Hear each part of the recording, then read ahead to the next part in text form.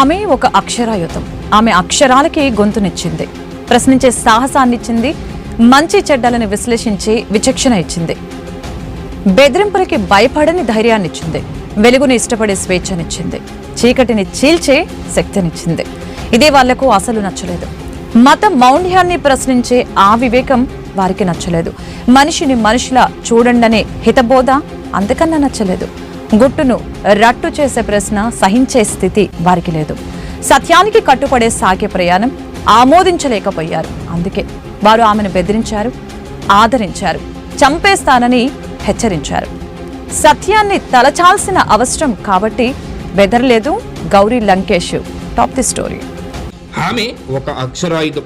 ఆమె అక్షరాలకు గొంతునిచ్చింది, ప్రశ్నించే సాహసాన్నిచ్చింది, మంచి చెడ్డలను విశ్లేషించి విచక్షణనిచ్చింది, బెదిరింపులకు భయపడిన ధైర్యాన్నిచ్చింది, వెలుగును ఇష్టపడే స్వేచ్ఛనిచ్చిండి, చీకటిని చీల్చే శక్తినిచ్చింది. ఇవి వాళ్ళకి అస్సలు నచ్చలేదు. మత మౌఢ్యాన్ని ప్రశ్నించే ఆ వివేకం వారికి నచ్చలేదు. మనిషిని మనిషిలా చూడండి హితబోధ అంతకన్నా నచ్చలేదు. గుట్టును రొట్టు చేసే ప్రశ్న సహించే స్థితి వారికి లేదు. సత్యానికి కట్టుబడి సాగే ప్రయాణం ఆమోదించలేకపోయారు. అందుకే వారు ఆమెను బెదిరించారు, ఆదరించారు, అదలించారు, చంపేస్తామని హెచ్చరించారు. ఆమె సత్యాన్ని తలదాల్చిన అక్షరం కాబట్టి బెదరలేదు. ఆమెది నిజాలు నిగ్గు తేల్చే పత్రికేం కాబట్టి తలగ్గలేదు. ఆమె భరించలేని పిరికి వాళ్ళు ఆమెను చంపేశారు. కానీ వివేకాన్ని మేలుకొలిపి ఆమె ప్రశ్నలు, అక్షరాలు ఇంకా బతికే ఉంటాయన్నది అరాచక శక్తులసే హత్యకు గురైన ప్రముఖ పాత్రికేయురాలు గౌరీ లంకేష్ గురించే ఈరోజు టాప్ ది స్టోరీ. సెప్టెంబర్ 5వ తేదీన రాత్రి 8 గంటలకు దాహం వేస్తుంది, కాస్త మంచినీళ్ళు ఇస్తారా అని అడిగారు వాళ్ళు. ఆమె అలాగేనంటూ లోపలికి వెళుతున్నప్పుడు వెనక నుంచి కాల్చి చంపేశారు. ఆమె ప్రముఖ జర్నలిస్ట్ గౌరీ లంకేష్ 3 తుపాకుళ్ళు ఆమె శరీరంలోకి దూసుకుపోయాయి. ఛాతిని నుదుటిని ఛిద్రం చేస్తూ ఆమె ఇంటి వరండాలను కుప్పకూలిపోయింది. దుండుగులు 3 మోటార్ బైక్పై అక్కడి నుంచి పరారయ్యారు. గౌరీ లంకేష్ పేరున్నక గన్న ఓ జర్నలిస్టు, ప్రజాపక్షవాది, మానవతావాది, హక్కుల కార్యకర్త, మతోన్మాద శక్తులను తీవ్రంగా వ్యతిరేకించే గలం. ఈ లక్షణాల వల్ల ఆమె ఎందుకో తలలో నాలుకయింది, సమాజానికి మెలుకొల్పయింది. అదే చీకటి శక్తులను కంటగిప్పుగా మారింది. ఆ శక్తులు అమానుష అరాచకమే ఆమె హత్యకు దారితీసింది. తండ్రి కూడా ఒక పాత్రికేయుడు. ఆయన అడుగుజాడల్లోనే గౌరీ లంకేష్. ఆమె 1962 కర్ణాటకలోని శివమొగ్గలో పుట్టారు. తండ్రి పి లంకేష్ అభ్యుదయవాది, ప్రముఖ రచయిత, కథా రచయిత, కవి, సాహిత్య విమర్శకుడు, నాటక రచయిత, సినిమా దర్శకుడు, కన్నడ సమాజాన్ని ప్రభావితం చేసిన పత్రికా సంపాదకుడు కూడా. 1980లో బెంగళూరు విశ్వవిద్యాలయంలో ఇంగ్లీష్ ప్రొఫెసర్ల ఉద్యోగాన్ని వదిలేసి పాత్రికేయాన్ని పూర్తికాలం వ్యాపకంగా స్వీకరించారు. లంకేష్ పత్రికను స్థాపించి విజయవంతంగా నడిపారు. కన్నడ సామాజిక, సాంస్కృతిక, రాజకీయ రంగాలకు ప్రభావితం చేసే ఎన్నో రచనలు చేశారు. కథ, నవల, నాటకం, సినిమా ఇలా ఎన్నో సృజనాత్మక ప్రక్రియ చేపట్టినా దానిలో ప్రజా దృక్పథానికి పెద్దపీట వేశారు. జనం సమస్యలను చర్చించారు. పాత్రికేయ వృత్తిలో ఎక్కడ ఎప్పుడు ఆయన రాజీ పడలేదు. ఆ ఒరవడినే అందిపుచ్చుకున్నారు. గౌరీ లంకేష్ డిగ్రీ వరకు బెంగళూరులో చదువుకున్నారు. Journalism and mass communication Delhi Jawaharlal Nehru విశ్వవిద్యాలయంలో చేశారు. ఇంటి వాతావరణంలో అబ్బిన అభ్యుదయ భావజాలానికి జేఎన్యు మరింత పదును పెట్టింది. వామపక్ష భావజాలం ఆమెను అమితంగా ప్రభావితం చేసింది. ప్రజాపక్షం వహించడానికి పాత్రికేయ వృత్తిని ఆమె సాధనంగా ఎంచుకున్నారు. ఢిల్లీ, ఫ్రాన్స్, అమెరికాలో జర్నలిస్ట్గా పనిచేశారు. తర్వాత బెంగళూరుకు వచ్చారు. సండే మ్యాగజైన్లో 9 ఏళ్ల పనిచేశారు.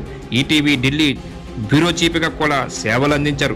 మతోన్మాద శక్తులకు వ్యతిరేకంగా తండ్రి లంకేష్ 2000 సంవత్సరంలో జనవరిలో మరణించారు. దాంతో ఆయన స్థాపించిన లంకేష్ పత్రిక గౌరీ సంపాదిత్వం వహించారు. మతోన్మాద శక్తులకు వ్యతిరేకంగా అనేక కథనాలు రాసినారు. మంగళూరులో చర్చిలపై దాడులు జరిగినప్పుడు తీవ్రంగా ఖండించారు.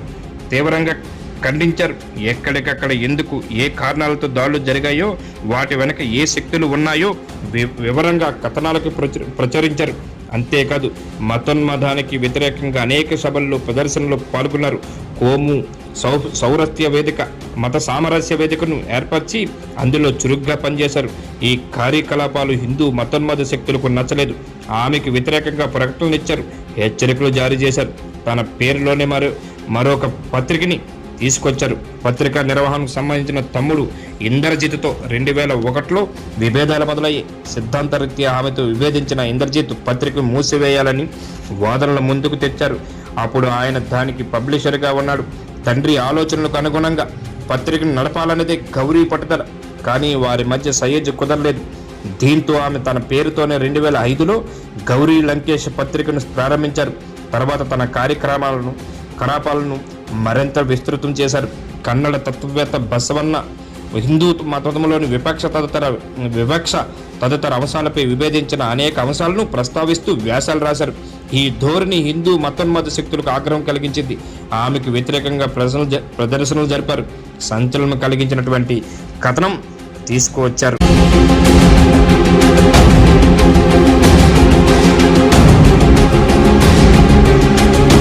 గౌరీ లంకేష్ పత్రికలో 2016లో ప్రచురించిన ఓ కథనం పెద్ద సంచలనం కలిగించింది.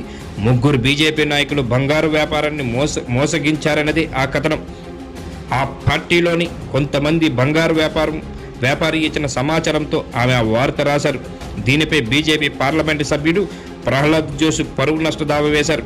ఆ కేసు దురుద్దేశాలతో కూడిందని, కోర్టుకు హాజరు నుంచి తమను మినహాయింపు ఇవ్వమని కోరుతూ గౌరీ హైకోర్టును ఆశ్రయించారు. అందుకు హైకోర్టు నిరాకరించింది. కేసు విచారణ 6 నెలల్లో పూర్తి చేయాలని దిగువ హుబ్లీ కోర్టు సూచించింది. 2016 అక్టోబర్లో హుబ్లీ కోర్టు తీర్పు వెలువరించింది. కథనానికి సరైన ఆధారాలు చూపలేదంటూ ఎడిటర్ అయిన గౌరీ లంకేష్ను తప్పుపట్టింది. 6 నెలలు జైలు శిక్ష విధించింది. అయితే అదే రోజు బెయిల్ను మంజూరు చేసింది. హైకోర్టును ఆశ్రయించే అవకాశం ఇచ్చింది. బంగారం వ్యాపారిని బీజేపీ నాయకులు బెదిరించి తమకు అనుకూలంగా మార్చుకున్నారన్నది గౌరీ వాదన. హైకోర్టులో దానికి సంబంధించిన ఆధారాలు చూపిస్తానని ఆమె పేర్కొన్నారు. ఈలోగానే ఆమె హత్య గురయ్యారు. నరమాంసం చంపేసేటట్టు చేసేశారు. ఇది ముందే తెలుసుకున్న గౌరీ లంకేష్ మానసికంగా చాలా బలంగా ఉంటారు. తన నమ్మిన సిద్ధాంతం విషయంలో రాజీ పడరు. బెదిరింపులకు అసలు భయపడరు. రాతల్లో మాటల్లో నిత్యం మతోన్మాద శక్తులు చర్యలను వ్యతిరేకిస్తూనే ఉన్నారు. అనేక వేదికలపైన ప్రసంగిస్తూనే ఉన్నారు. దీంతో కొందరు ఆమెను భౌతికంగా అంతం చేసే దుస్సహానికి తెగబడ్డారు.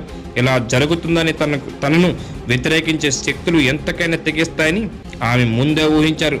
మిత్రులతో అప్పుడప్పుడు చెప్పేవారు, నేను ఎప్పుడైనా బలైపోవచ్చు, నా భావాలు మాత్రం ఎప్పటికీ బతికే ఉంటాయి, నా ప్రశ్నలు సత్యాన్ని శోధిస్తూనే ఉంటాయి, భయపడే వాళ్ళు ఎప్పటికీ భయపడుతూనే ఉండాల్సి ఉంటుంది అన్నారామె. ఓ సభలో ఓ కల్బుర్గ్ వలె, ఓ గోవింద పన్సనార్ వలె, ఓ నరేంద్ర దంబల్కర్ వలె ఆమె కూడా ఉన్మాద శక్తుల అసహనానికి బలయ్యారు. కానీ ఆమె సంధించిన ప్రశ్నలు ఎప్పటికీ చనిపోవు.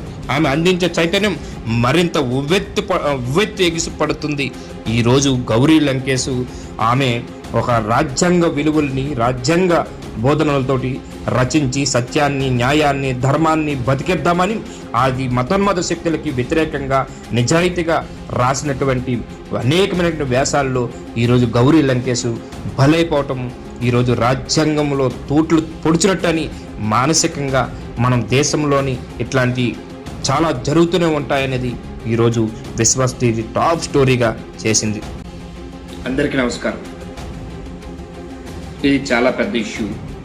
ఈ దేశంలో మానభంగాలు జరుగుతున్నాయి, హత్యలు జరుగుతున్నాయి, నరమాంసంగా పీక్ తిని చంపేస్తున్నారు, చాలా జరుగుతున్నాయి. తుపాకీ గుళ్ళతో పేల్చేస్తున్నారు, బెదిరిస్తున్నారు, వంచేస్తున్నారు, కత్తితో చంపేస్తున్నారు, కోసేస్తున్నారు, అన్ని విధాలుగా పీక కోసి నరమాంసంగా వేధిస్తున్నారు. ఈ దేశంలో రాజ్యాంగాల్ని తొంగలో తొక్కుతున్నారు. మతోన్మాద శక్తులు ఎక్కువైపోయాయి. ఈ దేశం ఎటు వెళ్ళిపోతుందా అని ఒక అక్షరాన్ని పెంచుకొని ఈ దేశంలో మతోన్మాద శక్తుల్ని ఏ విధంగా కట్టడి చేయాలని అక్షరాన్ని ఆయుధంగా మలిచినటువంటి గౌరీ లంకేష్ గారి కోసం ఈరోజు ఈ స్టోరీ. దయించి 10 మందికి పంపించండి, చూడండి, చివరి వరకు వినిపించండి.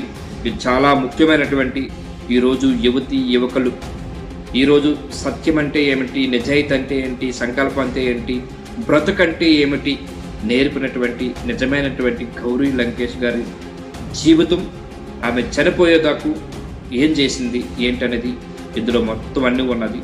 వినండి, వినిపించండి, 10 మందికి షేర్ చేయండి. Thank you.